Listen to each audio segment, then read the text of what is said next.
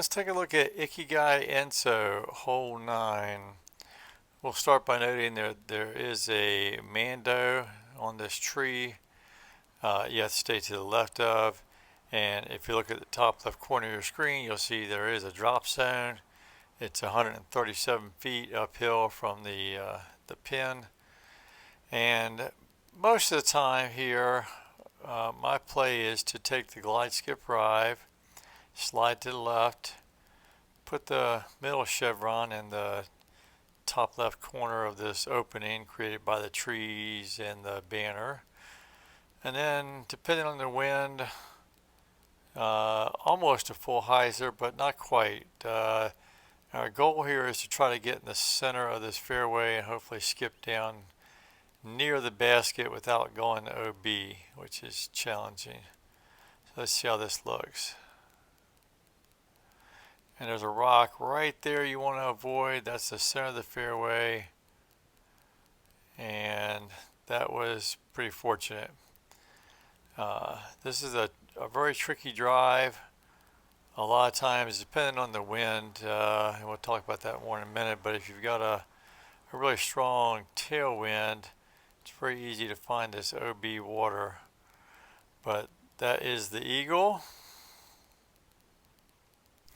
Alright, so here we have a strong 3 wind out of the left that is going to turn into a tailwind when we get around the corner going down the fairway. And so I have found that if you use the glide skip drive in this wind, it's a good chance you're going to go OB long. So what I have learned works is to disc down. In my case, that means the glide skip recoil. I know not everybody bags it, but if you have it, same approach with this disc. A little less hyzer to cut through the wind here and get more towards the center of the fairway, hopefully. And with any luck, this will have the same look. It just won't go as far down the fairway. Won't risk OB. And almost did anyway. This is such a poke and a hope hole sometimes. And here, the top of this hill, I think is about 50 feet elevation difference between that and the basket.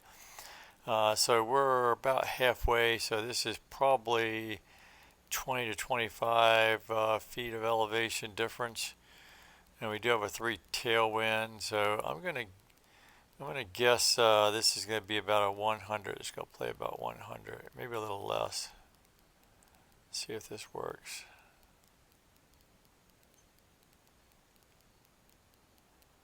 And that was a good guess on the elevation. Now let's take a look at the drop zone real quick. If you go OB off the tee, we're going to toss this out of bounds intentionally. And you hit move to lie. It's going to take you to the drop zone, which I mentioned earlier is 137 feet. And in a 1 wind, this plays 100 feet with the as 100 foot with the fuse, and you can adjust for other winds. So 100 foot is the bottom of this first Wi-Fi band with the accurate windbreak fuse. It should get pretty close.